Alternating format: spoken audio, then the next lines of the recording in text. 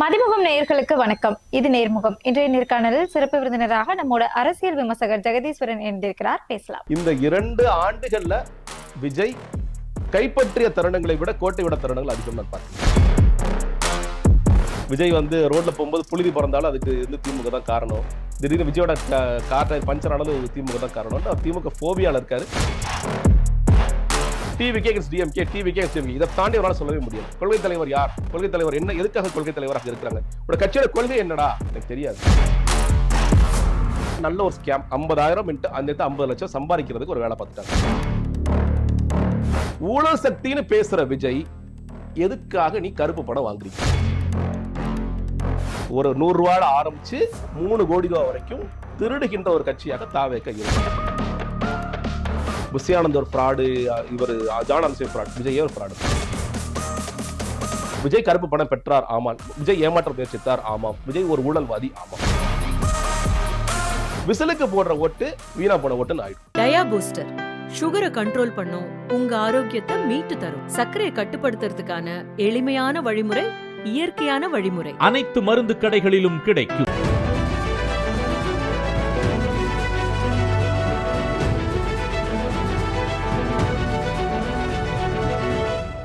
வணக்கம் சார். வணக்கம். நேர்முகம் நிகழ்ச்சியில சந்தித்ததுல ரொம்ப மகிழ்ச்சி. தாவேக்காவோட 3வது ஆண்டுல அடியெடுத்து வச்சிருக்காங்க. ஃபர்ஸ்ட் நம்ம அதை பத்தியே பேசிடலாம். தாவேக்காவோட 3வது ஆண்டு சிறப்பா நடந்து முடிஞ்சிருக்கு. இந்த 2 ஆண்டுகள் பத்தி நீங்க என்ன நினைக்கிறீங்க? 2 ஆண்டுகள் துவங்குறதுக்கு முன்னாடி அந்த செய்தி தொடர்பாளர்கள் பட்டியல என்னோட பேரும் முதல்ல இருந்துச்சு அப்படிங்கிற அடிப்படையில நான் சொல்லணும்னு நினைக்கிறேன். என்னோட எதிர்பார்ப்பு மட்டுமல்ல, உண்மையிலே நிறைய பேரோட எதிர்பார்ப்பு என்னன்னா, விஜய் கடுமையாக வேலை செய்ய போறாரு. இந்த 2 வருஷத்துல தமிழ்நாட்டை தலைகீழ பரட்ட போறாரு. ஏன்னா கேரின் உச்சத்தை விட்டுட்டு வரேங்கிறாரு. அவர்தான் என்னோட கடைசி படம் அப்படிங்கிறாரு. இதோட முடிஞ்சிருச்சுங்கிறாரு. இந்த 2 படம் தான், கோட்டு ஒன்று நடிச்சிட்டு இருக்கேன், இன்னொரு படம். அப்படிங்கும்போது அப்ப எவ்வளவு தீவிரமா விஜய் வேலை செய்ய போறாரு? விஜய்க்கு ஒரு ரசிகர் பட்டாளம் ஏற்கனவே இருக்கு. அவரு ஒவ்வொரு வீட்லையும் ரசிகர்கள்லாம் இருக்காங்க. மற்றபடி எல்லோருக்குமான விஷயங்களை அவர் எடுத்து பேசினா, எழுதுனா, அதை அறிக்கைகளாக கொடுக்கும் பொழுது அது இம்பாக்ட் நல்லா இருக்கும். சொல்ல போனா ரொம்ப ஆரம்பத்துல எனக்கு விஜய் கட்சி ஆரம்பிக்கும் பொழுது, ஏன்னா இப்ப ரஜினிகாந்த் அவர்கள் நீங்க 96 பேசிட்டே இருந்திருப்போம். வெவ்வேறு தருணத்தை ரஜினி வந்துருவார், அப்போ வந்துட்டார், இப்போ வந்துட்டார் அப்படி பேசிட்டு இருப்போம். விஜய்க்கு அப்பெல்லாம் பெரிய பேச்செல்லாம் கிடையாது. வந்தாலும் வரலாம் அப்படிங்கிற டக்குனு விஜய் வந்துட்டார். அதுக்கு பிறகு விஜய்க்கு பிறகு டிராக்ஷன் இருந்துச்சுன்னு எனக்கு ரொம்ப ஆச்சரியமா இருந்துச்சு. ஏன்னா ஃபர்ஸ்ட் நானே உள்ள போகும்போது விஜய் ஓகே ஏதோ புதுசா வராரு அப்படின்னு பார்க்கும்போது பயங்கரமா டிராக்ஷன் இருந்துச்சு. அது இருக்கின்ற ஆட்சியாளர்கள் மேலான அதிருப்தியா, இல்ல விஜயோட ரசிகர்கள் இப்படி ஓட்டுப்பட வர்றாங்களா அப்படின்னு பார்க்கும்போது இதெல்லாம் சரியாக விஜய் பயன்படுத்தினால் உண்மையிலேயே விஜய் ஒரு பெரிய ஒரு இடத்துல இருப்பார். அட்லீஸ்ட் ஃபியூச்சர்ல உண்மையிலேயே ஒரு நினைக்கிற மாதிரி ஒரு சிஎம் எல்லாம் ஆகலாம். இப்பவும் பெரிய இடத்துல தானே இருக்கிறாரு அவர். எந்த பெரிய இடத்துல இருக்காரு எனக்கு தெரியல. ஏன்னா இந்த 2 ஆண்டுகள்ல விஜய் கைப்பற்றிய தருணங்களை விட கோட்டை விட தருணங்கள் அதிகம் நான் பார்க்கின்றேன். எல்லா விஷயங்களுமே சரி, நீங்க ஆளுங்கட்சி மீதான அதிருப்தி மக்கள்கிட்ட போய் சேர்த்திருக்கலாம், இல்ல தன்னுடைய கட்சியை பலப்படுத்துறதுக்கான வேலைகளாக இருக்கலாம், தன்னோட கட்டமைப்பை உருவாக்குறதாக இருக்கலாம், இன்னும் எத்தனையோ நபர்களை உள்ள சேர்த்து நல்ல ஒரு திட்டமிடுதலோட போயிருக்கிறதாக இருக்கலாம், நிறைய கூட்டங்கள் போட்டு பேசியிருக்கலாம், நிறைய அறிக்கைகள் கொடுத்திருக்கலாம். இப்படி எவ்வளவோ மேபி நிறைய செஞ்சிருக்கலாம். ப்ராப்பரா எல்லாமே அவங்க செஞ்சுட்டு தானே இருக்காங்க. ஆளுங்கட்சி மீதான அதிருப்தியை கரெக்டா பயன்படுத்திட்டு இருக்காங்க. அறிக்கைகள் தொடர்ந்து ட்விட்டர்ல கொடுத்துக்கிட்டே தான் இருக்காங்க. இப்போ ட்விட்டர்ல நீங்க எண்ணிரலாம். எனக்கு தெரிஞ்சு இப்போ வரைக்கும் என்ன ஒரு 100 அறிக்கைகள் கொடுத்திருப்பாங்களா, அது கூட வந்திருக்கான்னு நினைக்கிறேன். 2 வருஷங்க. நீங்க மற்ற கட்சிகள்லாம் பாத்தீங்கன்னா காலைல ஒரு அறிக்கை, சாயந்தரம் ஒரு அறிக்கை வரும். இவங்க கிறிஸ்துமஸ் வாழ்த்து போடுறதும் புது வருட வாழ்த்து போடுறதும் என்ன பண்றது, இன்னைக்கு ஒரு அறிக்கை வந்துருச்சு, இதோட என்ன எதிர்பார்க்கிறேன்னு கேட்கிற கட்சி இது. மக்களுக்கு அன்னைக்கு ஒரு பிரச்சனை, மக்கள் பிரச்சனை வெயிட் பண்ணட்டும், நம்ம தான் கிறிஸ்துமஸ். இது நடந்துச்சு. நீங்க அண்ணா நகர்ல அந்த பொண்ணுக்கு நடக்கும் பொழுது நான் தான் முதல்ல அறிக்கை எழுதி கொடுத்தேன். Brother we have done so many things today. John ஆர்கிசாமி சொன்னார், என்னங்க பண்ணீங்கன்னா காலைல கிறிஸ்துமஸ் வாழ்த்து போட்டிருக்கோம், அப்புறம் நம்ம வீரவங்க வேளாச்சியாருக்கு நினைவஞ்சலியோ ஒன்று பண்ணிருக்கோம், இது 2 பண்ணிட்டோம் பிரதர், 3ஆவதா வேற பண்ண சொல்லிக்கலாம்னாருங்க. அது வேற இது வேறங்க, மக்கள் பிரச்சனை தாங்க நீங்க பிரதானமா பேசணும், அது செய்ய வேண்டிய கடமை இருக்கு, இது பண்ணணும். இல்ல பிரதர் வேளாண் சொன்னார். அதுக்கப்புறம் சாயந்தரமா எல்லாரும் என்னடா ஏதோ பேசுறாங்கன்னு சொல்ல பிறகு தான் ஜான் கண்ணு முடிச்சுட்டு அறிக்கையை போடலாமான்னு சொல்லி என்கிட்ட கேட்டார். சோ அவங்கள பொறுத்த வரைக்கும் ஒரு நாளைக்கு ஏதோ ஒரு வேலை பார்த்துடும், இது பத்தாதான். இன்னொரு இது ஒரு கல்ட் பார்ட்டின்னு சொல்லியே ஊரை ஏமாத்திட்டு இன்னைக்கு வரையும் ஊரை ஏமாத்திட்டே இருக்காங்க. இது அவருடைய முகம் தான் வாக்கு, அவர் வந்துட்டாலே போதும், அவரை பார்த்தாலே மக்கள் வாக்களிச்சிருவாங்க. அதுதானே வாக்கு. இப்போ எல்லா இடத்துலயும் வீட்டுக்கு ஒரு விஜய் இருக்கிறது சொல்றதா இருக்கட்டும், இந்த பக்கம் கிழக்கு மேற்கு தெற்கு எல்லா பக்கம் விஜய்னா விஜய் முகம் தானே வாக்கு. இல்ல கரெக்ட் தானே, விஜயோட முகம் தாங்க வாக்கு. நீங்க சொல்றீங்கல்ல 40% இல்ல வீட்டுக்கு ஒரு விஜய்னு இருக்கீங்களா, அந்த அளவுக்கு மக்கள் முட்டாள்னு சொல்ற தற்கொலைகள் இருக்கதான் செய்யறாங்க, ஆச்சரியக்குறிகளும் கேள்விக்குறிகளும் இருக்கதான் செய்யறாங்க. அது வந்து இவங்க நினைச்சு பார்க்கறத விட அது 10% தான் இருப்பாங்க நான் சொல்றேன். நீங்க 100% ஒரு கணக்கு பண்றீங்கல்ல, அது கிடையாதுன்னு சொல்றேன். இளைஞர்கள் எல்லாருமே வந்து ஆச்சரியக்குறிகள், பெண்கள் எல்லாருமே வந்து ஆச்சரியக்குறி பெண்கள் இல்லை. இப்ப ஒண்ணு சிம்பிளா சொல்றேன், விஜய் வீட்டை விஜய் ஓட்டு இருக்கா? விஜயோட வீட்டுல விஜய் ஓட்டு இருக்கா? இல்லன்னு நான் சொல்லுவேன். ஆதவர்ஜுனா வீட்டுல விஜய் ஓட்டு இருக்கா? இல்ல. ஆதவர்ஜுனாவுடைய மனைவி, ஆதவர்ஜுனாவுடைய மாமியார், மாமனார், அவரோட மச்சானோட வைஃப் எல்லாம் சேர்த்து பாருங்க. ஆதவர்ஜுனா மட்டும் ஓட்டு போட்டா உண்டே தவிர சொல்ற ஒரு வீட்டுல அதான் அந்த கணக்கு வந்துருச்சு, ஒரு ஓட்டு. சரி, ஆதவர்ஜுனா வீட்டு விஜய் வீட்டுல விஜய் ஓட்டு மட்டும் தான் இருக்கு. ஒரு ஓட்டு. இப்போ நான் வந்து இந்த கட்சியில நிக்கிறேன்னா என்னோட மனைவி ஓட்டு போடுவாங்க, என்னோட பசங்க 12 வயசு தாண்டி தான் ஓட்டு போடுவாங்க, அப்பா அம்மா ஓட்டு போடுவாங்க. அதுவே விஜய் கிடையாதுன்னு நான் சொல்றேன். நீங்க எங்க பக்கத்து வீட்டுக்கு போறீங்க? சரி, பனையூர்ல விஜய் ஓட்டு இருக்கா? இப்ப பாக்குறோம் நேத்து என்ன நடந்துச்சுன்னு. அராஜகம் பண்றாங்க, விருப்ப மனு கொடுங்க சொல்லி அராஜகம் பண்றாங்க. இது எல்லா இடத்துலயும் மறிக்கிறாங்க. எங்க வந்து சும்மா பொதுமக்கள் வந்து எங்க கஷ்டமா இருக்கு, வீட்டுக்கு முன்னாடி வண்டி நிப்பாட்டா திமுக திமுக திமுக வந்து காதல கத்துறான். எவ்வளவு பெரிய ஆச்சரியக்குறியா இருக்கான் பாருங்க அவன். அந்த அளவுக்கு இருக்காங்க. அப்ப இவங்க எல்லாம் ஓட்டு போட போறாங்களா? இந்த மகளிர் எல்லாம் ஓட்டு போட போறாங்களா? இல்ல, ஜல்லிக்கட்டு போராட்டத்துக்கே வெளியே வராத அந்த மக்கள் எல்லாமே இப்ப விஜய்க்காக வந்திருக்காங்க அப்படின்னா அதுவுமே திமுக காசு கொடுத்துதான் வந்திருக்கு அப்படின்னு சொல்லிட்டு வருது. அதான் சொல்றேன், இவங்க எது பண்ணாலும் விஜய் வந்து ரோட்ல போகும்போது புழுதி பறந்தாலும் அதுக்கு வந்து திமுக தான் காரணம். திடீர்னு விஜயோட கார் டயர் பஞ்சர் ஆனாலும் திமுக தான் காரணம். அவர் திமுக போபியால இருக்காரு. அதுதான் ஒரு கற்றுக் கொடுக்கப்பட்டிருக்கு. நீங்க வந்து இந்த 2 வருஷத்துல நான் சொல்றேன் இல்லையா, நிறைய விஷயங்கள் செஞ்சிருக்கலாம், அது எல்லாத்தையுமே தவற விட்டுட்டாரு. இந்த 3வது வருடமே பாத்தீங்கன்னா உண்மையிலேயே சொன்னீங்கன்னா நீங்க வந்து நிறைய ஆண்டு இப்ப வந்து மக்கள் நீதி மையம் கூட நான் பார்த்திருக்கேன். மக்கள் நீதி மையம் ஒவ்வொரு இடம் உங்களோட ஆண்டு விழா எப்படி கொண்டாடுறாங்க, துவக்க விழா எப்படி கொண்டாடுறாங்க பார்த்துருக்கேன். சின்ன சின்ன கட்சிகளை சொல்றேன், பெரிய கட்சிகள் எல்லாருமே வந்து கொள்கைகளை பேசுவாங்க, நம்ம என்ன சாதிச்சிருக்கோம்னு சொல்லி பேசுவாங்க, என்னென்ன செயல் திட்டங்கள் முடிச்சிருக்கோம்னு பேசுவாங்க, அடுத்தடுத்தா என்ன செயல் திட்டங்கள் பண்ண போறோம், அது மிக குறிப்பாக தேர்தல் ஆண்டும் பொழுது நம்ம தேர்தலுக்கு எப்படி தயாரா இருக்கும்னு பேசுவாங்க. ஆனா என்ன நான் பார்த்த வரைக்கும் அங்க நடந்தது ஒரு ஹியூமர் கிளப் ஆண்டு விழா. எல்லாரும் சிரிங்கப்பா, சிரிங்க சிரிங்க, சிரிச்சுக்கிட்டே இருங்கிற மாதிரி தான் இருந்துச்சு. மக்கள் சிரிச்சு சந்தோஷமா இருக்கும். மக்கள் இல்ல, தயவுசெய்து மக்களை சொல்லாதீங்க. அங்க வந்திருக்கிற ஆச்சரியக்குறி கூட்டம், அவ்வளவுதான். இல்ல, அத வந்து அவரு அங்க நடத்தினாலுமே அதை வந்து 3 லட்சம் பேர் வெளியே இருந்து பாக்குறாங்களே. இல்ல, அதான் சொல்றேன் இல்லையா, நீங்க அவங்க இதோ அவங்கள்ட்ட ஒரு பிரச்சனை. 5 கோடி பேர் பாத்துட்டாங்க. 5 கோடி பேர்ல வந்து 4 கோடி பேர் கண்டென்ட்டுக்காக பாக்குறான். விஜய் வந்து ஒரு அப்படியே கண்டென்ட் அள்ளி வீசுறாரு. அப்பா இன்னைக்கு வந்துருச்சா, ரெடி ஆயிடுறாங்க எல்லாரும். ஓகே, தலைவன் கண்டென்ட் கொடுத்துட்டாடா, நம்ம இன்னைக்கு வீடியோ போடலாம்டா, நிறைய இவனை வச்சு செய்யலாம்டாங்கிறதுக்காக பாக்குற ஜனங்க நிறைய பேர் இருக்காங்க. நீங்க ஒரு காலத்துல விக்கிரவாண்டியில ஒரு ஆர்வத்தோட விஜய் என்ன பேச போறன்னு ஆர்வத்தோட பார்த்த மக்கள் எல்லாம் இருக்கிறாங்க. ஒரே மாதிரி விஜய் அங்க போனாரு, அடுத்ததாக நீங்க வந்து இது ஸ்ரீபெரும்புதூர் போனாரு, ஒவ்வொரு இடமா மாறி மாறி விஜய் சினிமா டயலாக் தான் பேசுறாரு. இன்னைக்கு என்ன பஞ்ச் டயலாக் பேச போறாரு விஜய்? இன்னைக்கு அப்படி ஆயிடுச்சு. விஜய் மக்களுக்கு என்ன பேச போறாருங்க தாண்டி விஜய் இன்னைக்கு என்ன பஞ்ச் டயலாக் பேசுறாரு? புதுசா திருக்குறள் ஒண்ணு சொல்லியிருக்காரு. இதுதான் இந்த பஞ்ச் தான் வருதே தவிர ஆக்கப்பூர்வமாக நீங்க நல்லா யோசிச்சு பாருங்களேன். இந்த தொண்டர்களாக இருக்கக்கூடியவர்கள்ட்ட கூட நீங்க இது வரைக்கும் நீங்க விஜய் ஆக்கப்பூர்வம் பேசியது என்ன?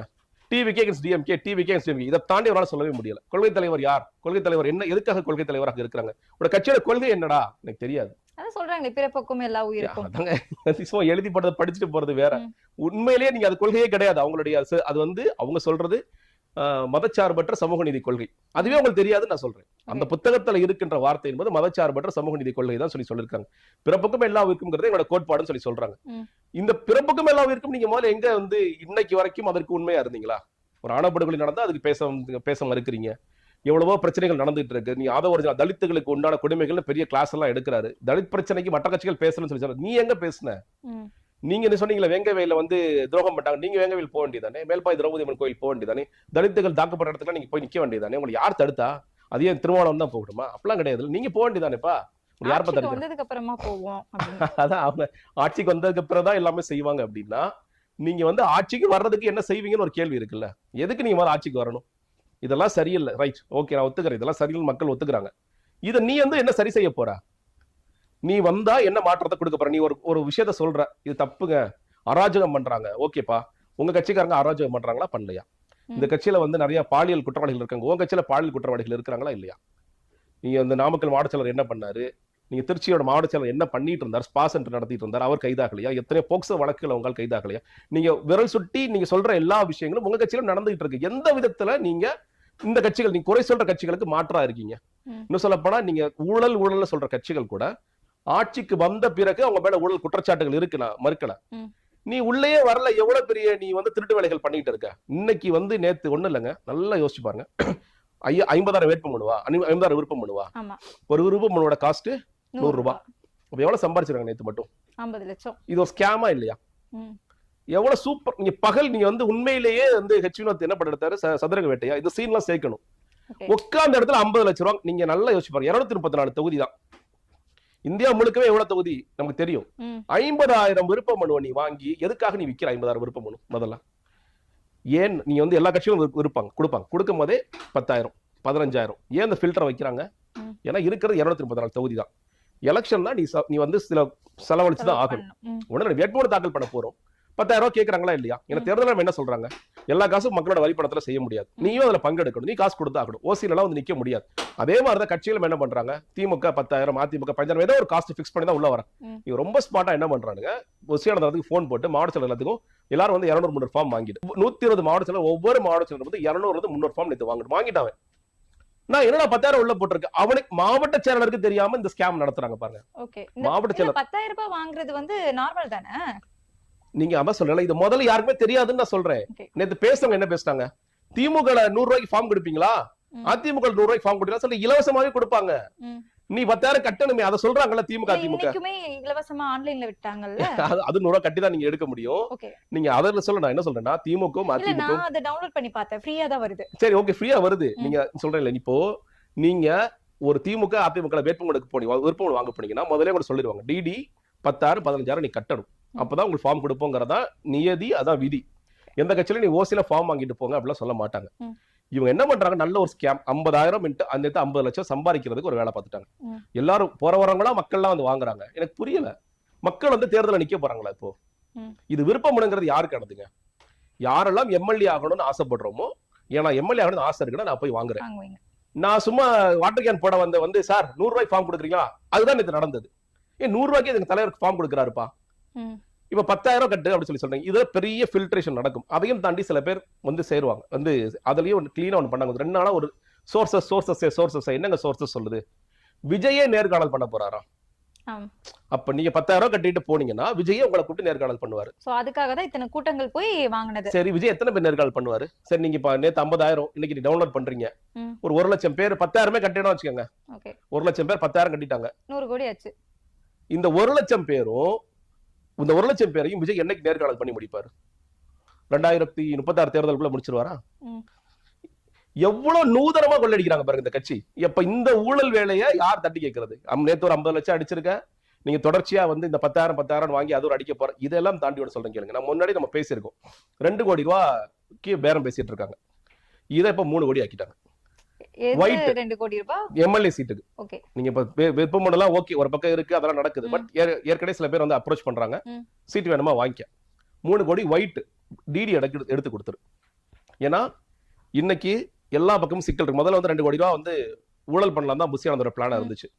அவர் என்ன பண்ணிட்டாங்கன்னா, இப்போ சிபிஎஃப்சில பிரச்சனை இருக்கு, சிபிஐல பிரச்சனை இருக்கு, நம்மள இன்னும் தொடாத ஒரே டிபார்ட்மெண்ட் இடி மட்டும்தான். இடியும் கை வச்சிடாம இருக்கணும்னா தயவு செய்து இதை ஒயிட்ல வாங்கன்ட்டு இன்ஸ்ட்ரக்ஷன் வந்துருச்சு. அதனால இப்போ யாராவது போறாங்கன்னா, ஓகே ஒரு வேட்பாளர் போறாரு, நம்ம புதுக்கோட்டையில இருந்து போறேன், என்னங்க 1 கோடி ரூபாயில வந்து 3 கோடி ரூபாய், அது ஏதாவது ரேட் ஃபிக்ஸ் பண்ண ஆளை பார்த்து ஃபிக்ஸ் பண்ணி எனக்கு டிடி எடுத்து கொடுத்துருங்க. ஓகேங்க, நான் டிடி எடுத்து கொடுத்துட்டேன், எனக்கு சீட் கன்ஃபார்மா கொடுத்துருவீங்களா? அதை எப்படி கொடுப்போம்? உங்க தொகுதியில் 5 பேர் போட்டிருக்கான், சரிங்க ஓகே பரவாயில்ல, சீட் கிடைக்காது, என்ன காசு திரும்ப கொடுத்துருவியா? அது எப்படி காசு கிடைக்கும்? நீங்க ஏன்னா நீங்க கொடுக்கறது பார்ட்டி ஃபண்டு. வாங்குற பேர் என்ன வேறுன்னு கேட்டீங்கன்னா, எலெக்ஷனுக்கு எம்எல்ஏ கேண்டிடேட்டா நீ ஆகணும்னா நீ காசு கொடுன்னு சொல்லி கேட்டுட்டு அத பார்ட்டி ஃபண்ட்ல சேர்க்கறாங்க.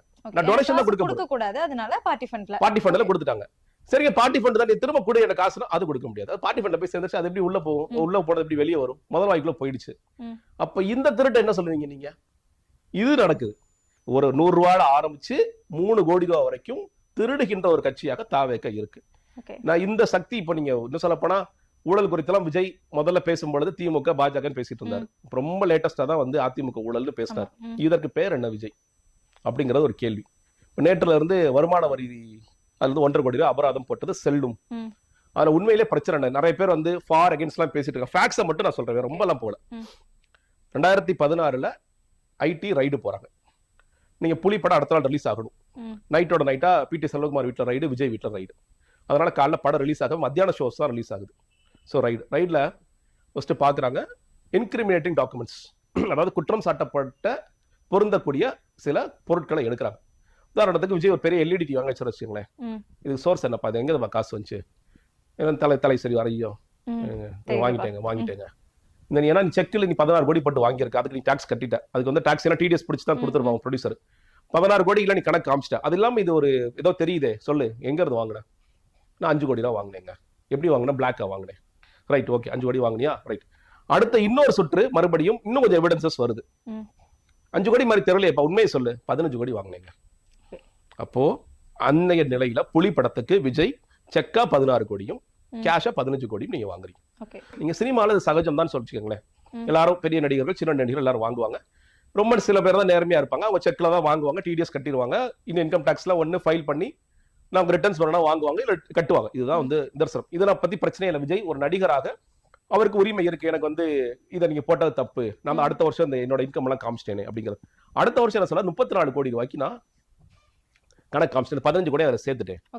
அதுல 2 அமௌண்ட் கொண்டு வராரு. டிப்ரிசியேஷன் அமௌண்ட்னு ஒன்று கொண்டு வராரு. நான் செலவுகள் எனக்கு இவ்வளவு ஆச்சு, ஒரு 89 லட்சம். ரசிகர் மன்றத்துக்கு 2 கோடி ரூபாய் கொடுத்தேன், அதையும் எடுக்கிறாங்க. எவிடன்ஸ்லாம் நீ சொல்றது பொய், இந்த டிப்ரெஷன் அமௌண்ட் உங்களுக்கு கிடையாது, ஒழுங்கு முறையா அதையும் கட்டு. சரிங்க, நான் கட்டிடுறேங்க அப்படின்னு சொல்லி கட்டுறாரு. இதுதான் இவங்க என்ன சொல்றாங்கன்னா, இதெல்லாம் அவருக்கு உரிமை இருக்குல்ல, ஏமாத்துறதுக்கு உரிமை இருக்குல்ல. சரி, ஏமாத்துறதுக்கு உரிமை இருக்குன்னே வச்சுக்கலாம். நீங்க அடுத்ததாக அப்பீல் போறதுக்கு உரிமை இருக்கு. ஏமாத்துறதுக்கு ஃபர்ஸ்ட் எப்படி உரிமை இருக்கும்? அவங்க சொல்றாங்க நடிகர்னா அப்படிதான் இருப்பாங்க. நான் அதெல்லாம் கூட ஒத்துக்கிறேன்னா, இல்ல எந்த இடத்துல இருந்து பாக்குறேன்னா, ஊழல் சக்தின்னு பேசுற விஜய் எதுக்காக நீ கருப்பு படம் வாங்குறீங்க? அதுதான் என்னோட கேள்வி. இது எல்லாரும் பண்றாங்க, நானும் பண்றேன். விஜய் என்ன சொல்றாரு, விஜய் ஒரு சாதாரண மனிதர் தானேங்கிறதா தாவேக்கோட நிலைப்பாடு. தப்பு செஞ்சுட்டாருங்க, வேற வேற மாதிரி முட்டு கொடுக்குறாங்க. ஓகே, நான் ஒத்துக்கிறேன். சாரி, எல்லாரும் நடிகராக செய்யறாங்க. ஓகே, அப்போ உனக்கு இவ்வளவு சக்தின்னு பேசுற யோகியதை எங்க இருந்தோம்னு நான் கேட்கிறேன். நீ வாங்கின 5 கோடி, இது இந்த ஃபேக்ட்ஸை மட்டும் சொல்லுங்க. வாங்கின 5 கோடி உண்மையா? கருப்பு படம் ஆமா. வாங்கின 10 கோடி உண்மையா? ஆமா.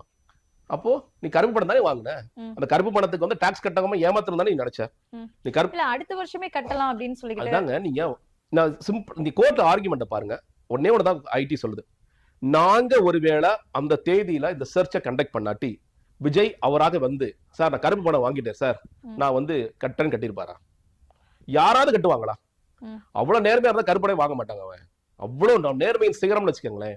ஏதாவது செக்கா கொடுத்துருங்க, நான் 250 கோடி இருந்தாலும் செக் தான் வாங்கு அப்படின்னு சொல்லி சொல்லுவார். நான் சொல்றேன், இன்னைக்கு வரைக்கும் லியோ, மாஸ்டர் எல்லாத்துலயும் விஜய் கருப்பு படம் தான் வாங்கிட்டு இருப்பார். அடுத்தது சர்ச் போல, ரைடுக்கு போல, அவ்வளவுதான். ரைடுக்கு போயிருந்தாங்கன்னா ஒவ்வொன்னா தோண்டி தோண்டி தோண்டி எடுத்திருப்பாங்க. இது எங்க இருந்துச்சு, அது எங்க இருந்துச்சு, இது எங்க இருந்துச்சு. விட்ட காரணத்தினால விஜய் வந்து தான் நேர்மையானவர் என்று தன்னை பிரகடனப்படுத்துகிறார். நீங்க அங்கே நேர்மை இல்லாததுங்கிறது இப்ப வெளியே வந்துட்டு இருக்கு. இந்த 1.5 கோடி ரூபாய் நீ ஃபைன் கட்டி தான் ஆகணும். அவர் என்ன சொல்றாரு, லிமிடேஷன் பீரியட்னு ஒண்ணு இருக்கு. 2019க்குள்ள நீங்க 2016க்கான அசஸ்மெண்ட் 2019க்குள்ள எனக்கு ஃபைன் போட்டிருக்கணும். நீங்க 2019 தாண்டி ஃபைன் போடுறீங்க, அதனால கட்ட முடியாது. 3 வருஷம் கழிச்சு போடுறது தப்பு தானே? எனக்கு புரியல. நீ வந்து 3 வருஷம் முன்னாடி கொலை பண்ணிட்ட, இப்ப 3 வருஷம் தான் முடிஞ்சு போச்சுல்ல, அதெல்லாம் ஆவியாகி அதெல்லாம் முடிஞ்சு போச்சு, பாலே ஊத்திட்டோம், அதனால அந்த கொலைக்கு தண்டனை இல்லைன்னு சொல்லிடுவோமா?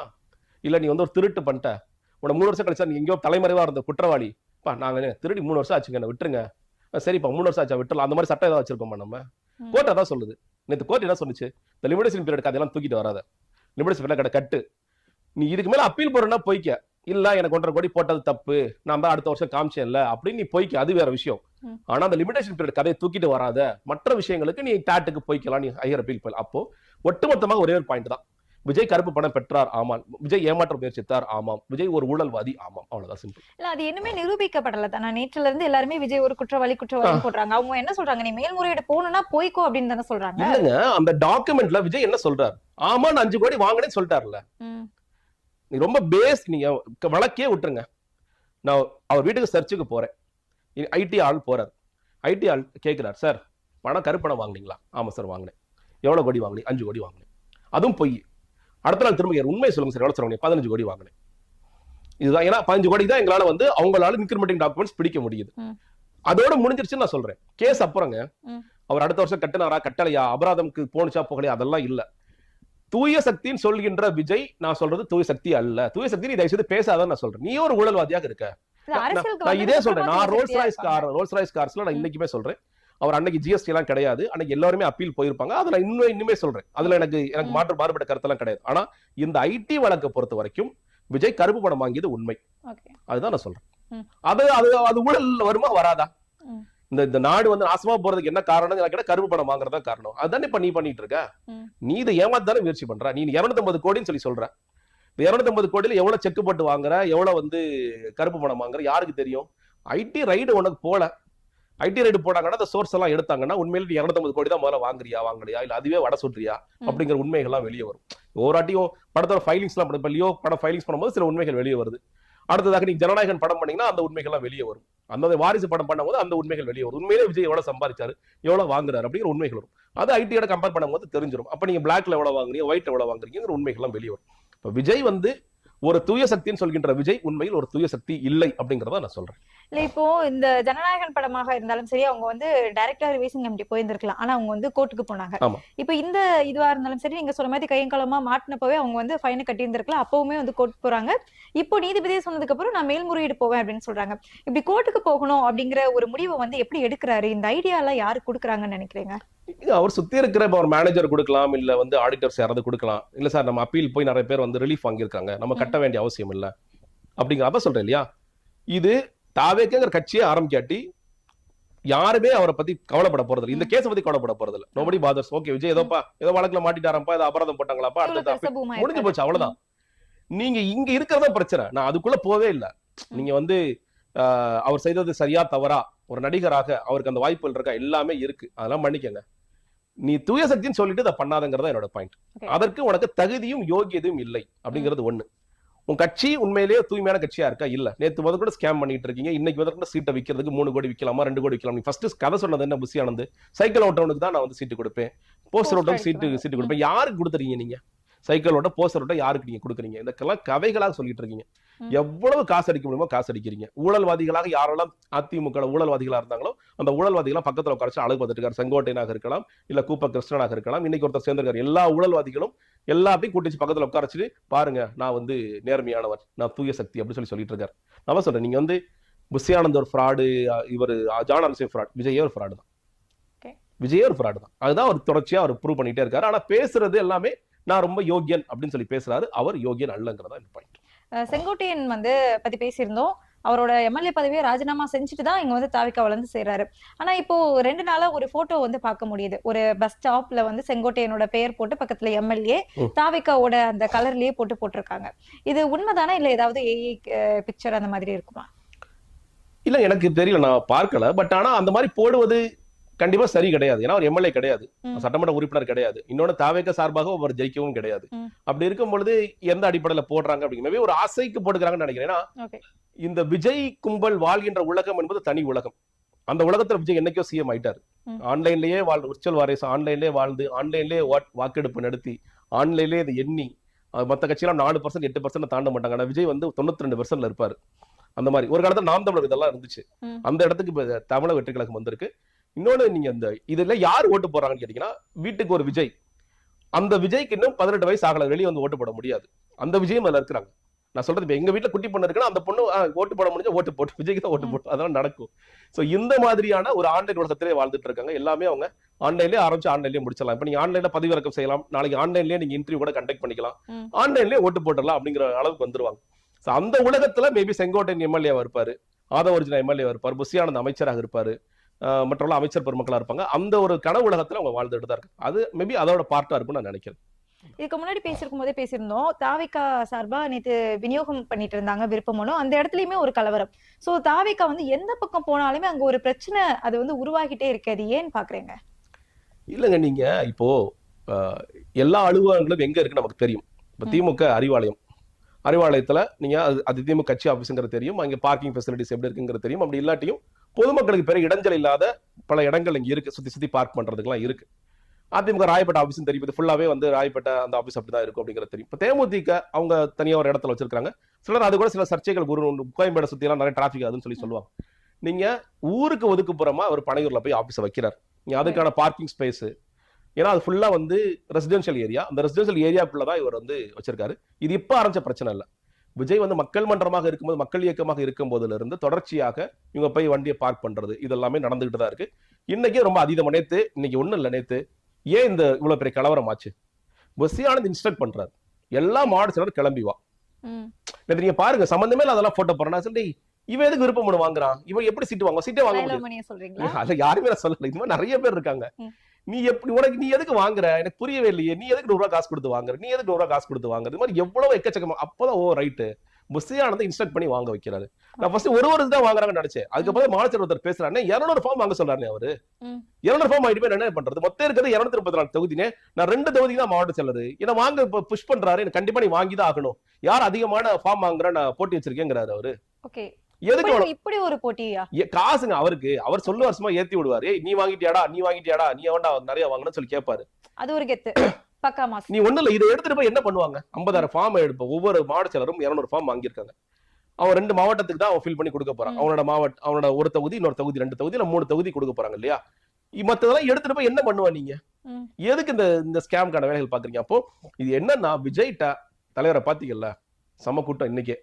இன்னைக்கு 50,000 பேர் வந்துட்டாங்கன்னா, அப்போ நேத்து வரைக்கும் நம்ம நினைச்சிட்டு இருந்தது 4 கோடி ஓட்டு நினைச்சோம். 5 கோடி ஓட்டு வந்துருச்சு தலைவர். 4 கோடி ஓட்டா? ஆமா, மொத்தமே 6 கோடி வாக்காளர்கள் தானே? ஆமா, வீட்டுக்கு ஒரு ஓட்டு. சில பேர் கன்வின்ஸ் பண்ணி வந்து அவர் 2 கோடி சொல்றாரு. இவங்க சொல்லுவாங்க 5 கோடி ஓட்டு வந்துடும் தலைவர், 50,000 அப்படி ஒவ்வொருத்தரும் ஒரு 2-3 பேர் கேன்வாஸ் பண்ணிடுவாங்க தலைவர், அதெல்லாம் வந்துரும்.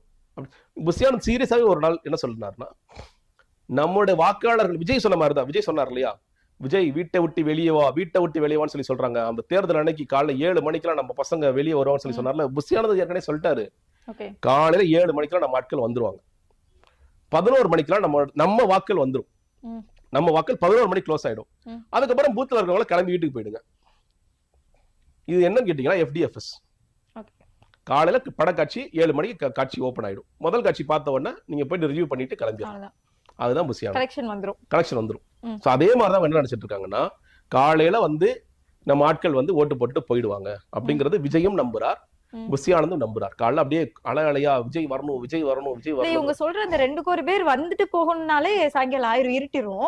நாங்க நைட் நாளைக்கு படம் ரிலீஸ் ஆகும் நைட்டே போட்டுருவோம்ல. ஓகே, 12 மணிக்கு வந்து எலெக்ஷன் அடிச்சு வரட்டுவாங்க. எதுக்கு அடிச்சு வரட்டுவாங்க, அதெல்லாம் நடக்கும். பட் இருந்தாலும் இல்ல, எங்க தலைவனுக்கு நான் முதல்ல ஓட்டு போட போறேன் அப்படின்னு சொல்லிட்டு இந்த குத்தெல்லாம் சில இடங்கள் நடக்கதான் செய்யும். இதெல்லாம் வருவாங்க. ஆனா சொல்ற மாதிரி உண்மையிலேயே 2 கோடி ஓட்டு விஜய்க்கு இருக்கிறதா? நீங்க வீட்டுக்கு ஒரு ஓட்டு அந்த சொல்லிட்டே இருக்காங்க, அது உண்மையான்னு கேட்டீங்கன்னா, நீங்க ஒரு சர்வே ஏதோ ஒரு சேனல்ல எடுத்தாங்க, அதிலே கூட இளைஞர்கள் வாக்கு 38%, மற்ற கட்சிகள் எல்லாத்தையும் பார்க்கும்போது தாவேக்க 30%, நான் சொல்ல 30% வரைக்கும் இருக்கு வச்சுக்கோங்களேன். பெண்கள் வாக்குன்னு சொல்லும் பொழுது அதுல ஒரு 25%, 27% சொல்லி வந்தாங்க. பெண்கள் சொல்லும் போது இந்த வயது மட்டும் நீங்க 18ல இருந்து 35 அந்த மாதிரி அந்த செக்டார் மட்டும். அதை தாண்டி இங்க ஒரு பெரிய செக்டார் இருக்கு. நான் இதுலயே சொல்ல 40%ல திமுக கிட்டத்தட்ட 35% வர்றாங்க, அதிமுக கொஞ்சம் வர்றாங்க, நாம் தமிழர் கொஞ்சம் வர்றாங்க, கிட்டத்தட்ட ஈக்குவலா வர்றாங்க. பெண்கள் வாக்குகளை திமுக அதிகமா வர்றாங்க. இப்படி ஏற்கனவே இருக்கு. திமுக ஏற்கனவே கூட்டணி கட்சியாக 2,09,00,000 வாக்குகள் ஏற்கனவே வாங்கின கட்சி. அந்த இன்னும் ஜாஸ்தியா எப்படி வாங்குறது? இந்த எஸ்ஆருக்கு அப்புறம் கொஞ்சம் குறையும், பட் எப்படி வாங்குறது அப்படின்னு தான் அவங்க வேலை பார்த்துட்டு இருக்காங்க. இது வரைக்கும் களத்திற்கே வராதவர்கள் நீங்க வாயில வடை சொல்லிட்டு இருக்காங்க. அது எப்படி முதல்ல சாத்தியம்? நான் என்ன சொல்றேன்னா, எல்லா இளைஞர்களும் விஜய்க்கு ஓட்டு போடுவாங்களா? எல்லா 100% இளைஞர்கள் ஓட்டு போட மாட்டாங்க. விஜயோட ரசிகர் இந்த ரசிகர்களே வச்சுக்கோமே, அஜித் ரசிகர்கள் விஜய்க்கு ஓட்டு போடுவானா? போட மாட்டாங்க. ரஜினி ரசிகர்கள் ஓட்டு போடுவாங்களா? வச்சிருக்காங்க. நான் எல்லா நடிகர்களும் வரிசையா சொல்றேன். சிவகார்த்திகேயன் ரசிகர்கள், விமல் ரசிகர்கள் வரைக்கும். நாளைக்கு புதுசா ஒருத்தர் வராரு, ஏதோ விஜய் விமர்சிச்சு பேசிட்டாரு, அவரோட ரசிகர்கள் வருவாங்களா? ஓட்டு போட மாட்டாங்க. இது ஒரு பக்கம். திமுக இளைஞரணியில் ஆட்கள் இருக்கிறாங்களா இல்லையா? லட்சக்கணக்கான இருக்காங்க. காங்கிரஸ்ல இளைஞர்கள், மதிமுக, கம்யூனிஸ்ட், எல்லாத்துலயும் இளைஞர் படை எல்லாருக்கும் இருக்கிறாங்க. எல்லா கட்சியிலும் இருக்காங்க. அப்ப இந்த இளைஞர்கள் எல்லாருமே இல்ல விஜய் தான் ஓட்டு போட சொல்லி சொல்லுவாங்களா? இப்ப பெண்கள் வெல்லும் தமிழ் பெண்கள் மாநாடுன்னு சொல்லிட்டு ஏற்கனவே 2 மாநாடு நடத்திட்டாங்க. தொடர்ச்சி இவங்க இளைஞரணி மாநாடு நடத்தி, இன்னைக்கு கூட உதயநிதி இளைஞரணி மாநாடு நடத்திட்டு இருக்காரு. பல்வேறு இடங்கள் நடத்திட்டு இருக்காங்க. இந்த வெல்லும் தமிழ் பெண்கள் மாநாட்டுல எவ்வளவு ஆயிரக்கணக்கான லட்சக்கணக்கான பெண்கள் வர்றாங்கிற பாக்குறோம். அவங்க போய் இந்த விஷயங்களை கொண்டு போய் எவ்வளவு தூரம் கொண்டு போய் சேர்க்கிறாங்க அப்படிங்கிற பாக்குறோம். அப்போ சில ஆச்சரியக்குறியாக இருக்கக்கூடிய பெண்கள் மட்டும்தான் விஜய்க்கு வாக்களிப்பார்களே தவிர மற்ற எல்லோருமே வாக்களிப்பார்களா? இல்லை. அதையெல்லாம் தாண்டி செக்டாரா வருவோம். விவசாயிகள், இது வரைக்கும் விவசாயிகளுக்கு விஜய் என்ன செஞ்சிருக்காருன்னா நிச்சயமா என்ன சொல்றாங்கன்னா, கவர்மெண்ட் காட்டும் என்ன பேசியிருக்காரு. ஈரோட்ல போய் மஞ்சள் விலையும் பேசியிருக்காருல்ல. எல்லாருமே பேசுவாங்க, காளிங்கராயன் இது போகுது. இன்னைக்கு நீங்க பேசியிருக்காரு சொல்றீங்களா, இன்னைக்கு போய் விஜய்ட்ட ஈரோட்ல நீங்க என்ன பேசுறீங்கன்னு கேளுங்க, அவர் தெரியாது. ஒரு வெள்ளந்தியா நான் சத்தியமா தெரியாது அவருக்கு. விவசாயிகளுக்காக விஜய் ஏதாவது குரல் கொடுத்திருக்காரு? இந்த காவிரி சிக்கல் பிரச்சனை இருக்கு, இந்த இஷ்யூஸ்லாம் இருக்கு, இந்த இஷ்யூஸ்க்காக நான் கடுமையா அதாவது பேசியிருக்கேன், பேச மட்டும் தான் எதிர்பார்க்கிறேன். விவசாயிகள்லாம் திரட்டி நான் ஒரு பெரிய கூட்டம் போட்டேன் இல்ல. அரசு ஊழியர்கள், ஆசிரியர்கள் இதெல்லாம் கொஞ்சம் பாதிக்கப்பட்ட செக்டாரா இருக்காங்க. திமுக தங்களால் என்னென்ன விஷயங்கள் பண்ணணுமோ செஞ்சுட்டு இருக்காங்க ஒரு பக்கம். இதற்காக விஜய் ஏதாவது குரல் கொடுத்திருக்காரா? செவிலியர்கள் எல்லாருமே சொல்றேன், இதுக்காக இந்த ஆர்கனைஸ் செக்டாருக்கு விஜய் தான் வேலை பார்த்திருக்காரா? நீங்க உங்களோட ஓட் பேங்கா நினைக்கிற இளைஞர்களுக்கு விஜய் என்ன செஞ்சிருக்காரு? சிம்பிளா கேட்கிறேன். இன்னைக்கு வந்து தமிழ் புதல்வன் திட்டம் 1000 ரூபாய் கொடுக்குறாங்க. பெண் மகளிருக்கு நீங்க 1000 ரூபாய் காலேஜ் படிக்கிற பிள்ளைங்களுக்கு கொடுக்குறாங்க. இதை விஜய் கொடுப்பாரா மாட்டாரா? லேப்டாப்ஸ் இன்னைக்கு கொடுத்துட்டு இருக்காங்க திமுக கவர்மெண்ட். அவங்க வந்து ஒரு குற்றச்சாட்டு கூட வைக்கிறாங்க, லேட்டா கொடுத்தாலும் சொல்றாங்க, லேட்டா கொடுத்துறாங்க, முன்னாடி கொடுத்துருக்கணும், பட் கொடுத்துட்டு இருக்காங்க. சோ அதை விஜய் கண்டினியூ பண்ணுவாரா, கண்டினியூ பண்ண மாட்டாரா? இல்ல அவர் நல்ல டேப் கொடுக்க போறேன் பாரா, இல்ல அந்த ஐபோன்ஸ் கொடுக்க போறேன்னு சொல்லி சொல்லுவாங்க. இலவசங்கள் எல்லாமே ஒழிச்சு கட்டணும்னு நினைக்கிறவர் எப்படி கொடுப்பாரு? அப்போ அந்த ஏன்னா இன்னைக்கு அந்த கொடுக்கின்ற அந்த 1000 ரூபாயினால நம்மளுடைய ஜிஆர் ரேஷியோ, ஏற்கனவே சிறப்பா இருக்கிற ஜிஆர் ரேஷியோ இன்னும் அதிகமாயிட்டு இருக்கு நம்ம சொல்றோம். நமக்கு இப்ப இருக்கிற சேலஞ்ச் என்னன்னா, இவங்களுக்கு சரியான வேலை கிடைக்கணும், அதுக்கு நிறைய முதலீடுகள் ஈர்க்கணுங்கிறத நோக்கி தமிழ்நாடு ஓடிட்டு இருக்கு. நீங்க ஒரு காலத்துல எல்லாத்தையும் படிக்க வைக்கணும், குவாலிட்டி இல்ல லிட்ரேட் ஆக்கணும் அப்படின்னு ஒரு காலம் இருந்தது. அப்புறம் குவாலிட்டி எஜுகேஷன் கொடுக்கணும் ஒரு காலம் இருந்தது. இன்னைக்கு காலேஜ் எஜுகேஷன்ல நிறைய பேர் லிட்ரேட் ஆக்கணுங்கிற ஒரு இடத்துக்கு நோக்கி போயிட்டு இருக்கோம். அதுக்கப்புறம் எல்லாருக்கும் வேலை கிடைக்கணுங்கிற இடத்தை நோக்கி நம்ம போயிட்டு இருக்கோம். இதெல்லாம் செய்வதற்கு இந்த 1000 ரூபாய் கொடுப்பதுங்கிறது ஒரு பெரிய உதவித்தொகையாக இருக்கின்றது. நீங்க ஒண்ணுமே இல்லை, நான் வந்து நிறைய கல்லூரி போயிருக்கேன், பெண்கள் படிக்கிற கல்லூரி. நான் கேட்கிற ஒரே ஒரு கேள்வி, ஒரு 100 பசங்க உட்காந்து வச்சுக்கோங்களேன், அது பெண் உட்காந்துருக்கும் போது அவங்கள்ட்ட உங்க வீட்டுல எத்தனை அம்மாக்கள் காலேஜ் வரைக்கும் வந்திருக்காங்க? 2 பேர் கை தூக்குவாங்க, 2 பேர் தான் கை தூக்குவாங்க. அப்ப அது எவ்வளவு பெரிய ஒரு டிரான்சிஷன் நடந்திருக்கு. அந்த டிரான்சிஷனை இன்னும் பெருசா பண்றதுக்கு எவ்வளவு வேலைகளை நம்ம பார்த்துட்டு இருக்கோம். இதை விஜய் கண்டினியூ பண்ணுவாரா? இல்ல அதெல்லாம் எதுக்கு 1000 ரூபாய், அவங்க சும்மா இது படிப்பாங்கப்பா, தளபதியோட முகம் பத்தாதான், நான் 2 படம் நடிச்சு கொடுத்தா அது பத்தாதான்னு சொல்லுவாரா விஜய்? அப்ப அந்த கேள்வியை ஒரு கேள்வி கேட்டுக்கிட்டாங்கன்னா அதற்கு என்ன விடை கிடைக்கும்? தமிழ் புதல்வன் திட்டம் பசங்களுக்கும் அதை கொடுக்குறாங்க, நீங்களும் காலேஜஸ்க்கு வாங்க, நிறைய பேர் வாங்கன்னு சொல்லி கொடுக்குறாங்க. அதற்கு விஜய் என்ன பதில் இருக்கு? இல்ல நான் குவாலிட்டியில கான்சென்ட்ரேட் பண்ண போறேன், இங்க நிறைய வந்து பேராசிரியர்கள்லாம் பற்றாக்குறை இருக்கு, அதற்காக விஜய் ஏதாவது பேசியிருக்காரா? யூஜிசியில் அங்கே ஏற்பட்ட மாற்றங்கள்னால நம்ம பசங்க எவ்வளவு பாதிக்கப்பட்டாங்க பேசியிருக்காரா? இது எதுவுமே பேசாத போது எப்படி மக்கள் அவருக்கு வாக்களிப்பார்கள்? நான் சொல்லல விஜயோட முகம் மட்டுமே போதும் அப்படின்னு ஒரு குரூப் இருக்கா? இருக்கு, நான் சொல்றேன், இருக்கதான் செய்யுது. அவர் முகத்துக்காக வாக்களிக்கிறேங்க. நான் ரொம்ப நல்லா டான்ஸ் ஆடுறேன், சிம்பிளா உண்மையிலே சொல்ல, நம்ம வந்து ஏதோ அவரை ட்ரோல் பண்ற மாதிரி, உண்மையிலே அதுதான் காரணம், எந்த காரணமே கிடையாது. நல்லா இருக்கு, பார்க்க அழகா இருக்காரு, ஆண்டு விழாவுல கூட டான்ஸ் ஆடினாரு, பார்க்க அழகா இருக்காருங்க, பார்க்க நல்லா டான்ஸ் ஆடுறாங்க, பார்க்க நல்லா சிரிச்சு பேசுறாங்க. இது மட்டுமே அவங்களுக்கு போதுமானதாக இருக்கு. தாராளம், ஓகே ரைட், ஜனநாயகம் நல்லா நடிச்சிருந்தாருங்க, இங்கெல்லாம் கண்ணீர் விட வச்சாருங்க, அது ஒண்ணுமே போதுமானது, வெளிவர முடியாம ஆக்கிட்டாங்க. அது மட்டுமே போதுமானது, அந்த குரூப்புக்கு அது போதுமானது. ஆனா உண்மையில பொருளாதார இப்போ ஒண்ணு இல்லை. நான் ஒரு 4 நாளைக்கு முன்னாடி நான் கரூர் போயிருந்தேன், அவன் பேசிட்டு இருந்தேன், ஒரு சூப் விற்கிற அவங்க பெண்மணி. அவங்கள்ட்ட கேட்கும்போது யாருக்கும் ஓட்டு போட்டீங்கன்னா எல்லாரும் ஜெனரலா கேட்பேன். அவங்க சிம்பிளா கேட்டாங்க, என் பொங்கலுக்கு வந்து இப்ப திமுக கொடுத்த 3000 ரூபாய் ரொம்ப உதவிகரமா இருந்தது, அதை விஜய் வந்தா செய்வாரா? இங்க என்ன பதில் சொல்லுவார் விஜய்? இல்ல உரிமை தொகையை வச்சுக்கலாமே. இப்ப எடப்பாடி பழனிசாமி எதற்காக 2000 ரூபாய் அறிவிக்கிறாரு? அவர் தெரியும் இந்த ஸ்கீம் இனிமேல் யாருமே விட்டுடும், யாராக இருந்தாலும் கொடுத்துதான் ஆகணும். அந்த இடத்துக்கு கொண்டு போயிட்டோம் நம்ம, அது சரியா தவறாங்கிறது வேற, அதனால கடன் வருதா வருங்கிற அது வேற டிபேட். இதுல நம்ம கொடுத்தா ஆகணுங்கிற இடத்துக்கு விஜய் என்ன செய்ய போறார்? 3000 கொடுப்பாரா, 5000 கொடுப்பாரா, என்ன பண்ணுவார் விஜய்? அப்ப இத ஓட்டு போடுற மகளிர், இன்னும் சொல்ல போனா 1,35,00,000 மகளிர் வாங்குகின்ற 1000 ரூபாய் வாங்குகின்ற மகளிர்ல எவ்வளவு யோசிப்பாங்களா, யோசிக்க மாட்டாங்களா? இன்னொன்னு, இந்த எலெக்ஷன்ஸ் ரொம்ப க்ளோஸரா போகும் பொழுது நீங்க யாருக்குமான போட்டி இது அப்படிங்கிற ஒரு டிசைடிங் ஒண்ணு நடக்கும். திமுகவுக்கு தாவேக்காவுக்குமான போட்டி. அதான் சொல்லல, அதாங்க அது போக போக அது எப்படி டிசைட் ஆகும்னு கேட்டீங்கன்னா, வேட்பாளர் யார், களத்தில் எந்த கட்சி அதிகமாக வேலை செய்யுது, களத்தில் எந்த தலைவர் வந்து மக்களை சந்திக்கிறார், இது எல்லாமே இருக்கு. நான் சொல்லவா, விஜய் 3வது ஆண்டு விழால சொன்ன மிக முக்கியமான ஸ்டேட்மெண்ட், நான் பிரச்சாரத்துக்கு கூட வெளியே வரமாட்டேங்கிறது தான். இந்த விஜய் வெளியே வான்னு சொல்லி சொல்றாங்க, அன்னைக்கு வருவான் விஜய்னு சொல்வதற்கான காரணம், இந்த பிரச்சாரத்துக்கு கூப்பிடாதீங்க. நீங்க பிரச்சாரத்துக்கு ஒட்டுமொத்தமாகவே இப்ப நான் எதிர்பார்க்கிறது பிப்ரவரி 3ஆம் வாரத்துல இந்த நோட்டிபிகேஷன் வருதுன்னு வச்சுக்கோங்களேன்.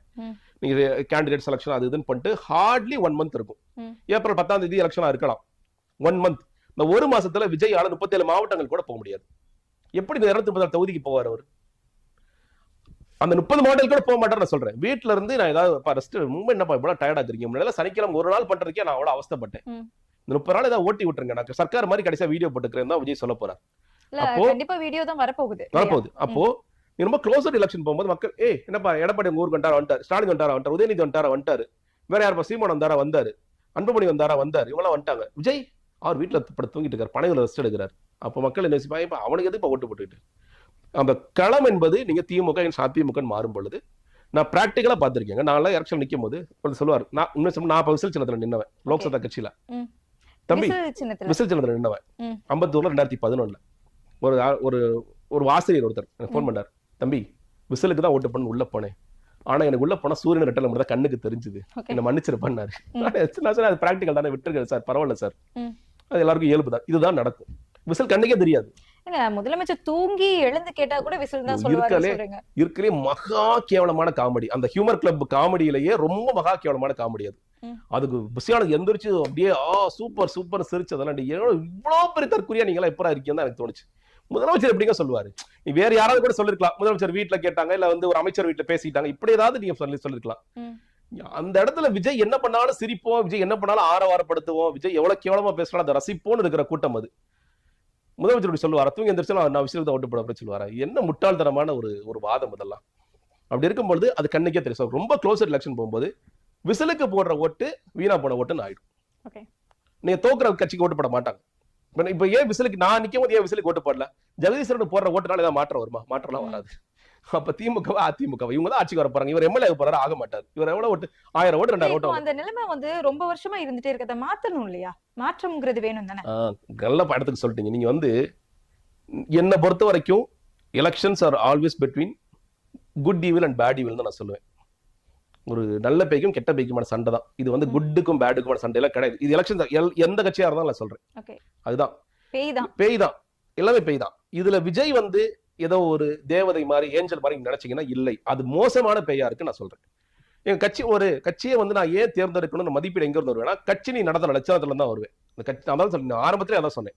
2 வருஷம் விஜய் கோட்டை விட்ட இடங்கள் எல்லாம் சரியாக பிடிச்சிருந்தாருன்னா நான் நிச்சயமா அந்த கட்சியில நானே இருந்திருப்பேன். நான் அந்த கட்சிக்காக உங்கள்ட்ட வந்து பேசிட்டு இருந்திருப்பேன். ஆமாங்க நாங்க என்னெல்லாம் செஞ்சிருக்கோம் பாருங்க, எங்களுக்கே மக்கள் ஆதரவு கூடாதுன்னு சொல்லி ஆதரிக்கணும்னு சொல்லுவேன். ஆனா எதுவுமே செய்யாம, இன்னும் சொல்ல போனா கட்சி நடத்தும் போதே இவ்வளவு ஊழல் செஞ்சுக்கிட்டு, கட்சி நடத்த யோகியதை இல்லாம, களத்திற்கே வராம, நீ ஃப்ரிட்ஜுக்குள்ள இருக்கிற ஆப்பிள் மாதிரி படு தூங்கிக்கிட்டு இருக்கின்ற ஒரு நபரை நம்பி நான் எப்படி என்னோட வாக்குகளை குடிப்பேன்? அதற்கு எனக்கு திமுக அதிமுக மேல எனக்கு குறைபாடுகள் இருக்கு, போதாமைகள் இருக்கு, பிரச்சனைகள் இருக்கு. இருந்தாலும் அவங்கள யார் பெஸ்டோ அவங்கள தான் நான் ஓட்டு போடுவேன். அதுதான் நடக்கும். இதுதான் நடக்கும். தமிழ்நாடு முழுக்க அதான் நடக்கும். இல்ல இப்ப இந்த நிலைமை வந்து மாறவே செய்யாதா? வேலை பார்த்தா மாறுங்க. புதுசா யார் வேணாலும் வரட்டுங்க, யார் வேணாலும் வரட்டும். வேலை செய்யுங்க, மக்களுக்காக வேலை செய்யுங்க. வேலையே செய்யாம நான் படுத்துட்டே ஜெயிப்பேன், அதெல்லாம் இங்க நடக்காது. களத்துல இறங்கி ஏதாவது வேலை செஞ்சா மக்கள் உங்களை அங்கீகரிப்பாங்க. அது நடக்கும், அது கொஞ்சம் கொஞ்சமாக நடக்கும். களத்துல இறங்கினா அப்போ சீமானுமே மாற்றா வந்தவர் தான். அவர் எல்லா களத்திலயும் இறங்கி மாநாடுகள் எல்லாம் போட்டு இருக்காரு. அப்ப அவருக்கு மக்கள் அவர் இன்க்ரீஸ் பண்ணதானே வர்றாங்க. 1% 8% வந்திருக்காரு.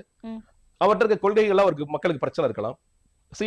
சீமானுக்கு இந்த பிரச்சனை இருக்கு. இப்போ சில இடங்கள்ல சர்வே எல்லாம் எடுக்கிறாங்க. சீமானுக்கு ப்ரீ போல் சர்வே எடுக்கும் போது 12% வருது. ஆனா எலெக்ஷன்ல குறையுது. என்ன காரணம்? சீமானுக்கு ஓட்டுற போட்டு ஜெயிக்காத ஓட்டு, அது விக்டரி கொடுக்காது. அப்ப நம்ம சீமானுக்கு நம்ம ஓட்டு போட வேண்டாம். இது இயல்பா நடக்க ஒன்றுதான். அது த்ரெஷோல்டு ஒண்ணு இருக்கு. 15% 20% வரைக்கும் சீமான் வருவாரு அப்படின்னு நம்பிக்கை வந்துச்சுன்னா அந்த மக்கள் அதை வாக்கு கொடுப்பாங்க. அது நடக்காத போது நடக்குது. இப்ப விஜய்க்குமே அந்த பிரச்சனை இருக்கு.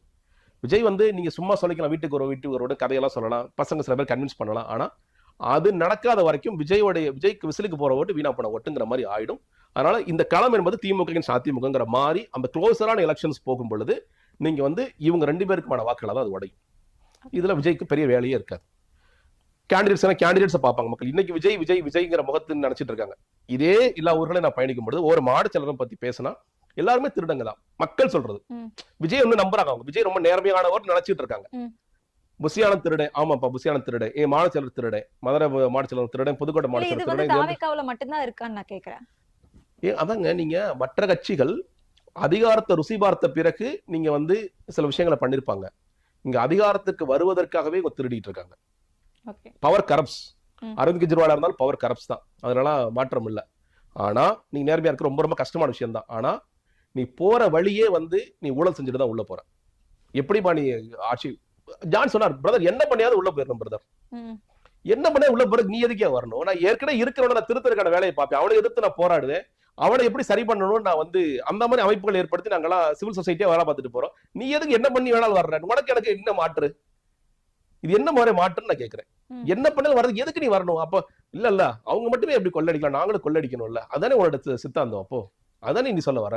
அவங்க ஊழல் பண்றாங்க, நான் அதோட நல்லா ஊழல் பண்ணி காட்டுறேன் பாரு அப்படிங்கறது இன்னைக்கு எக்ஸாம்பிளா போட்டு காட்டுட்டு இருக்கீங்கல்ல.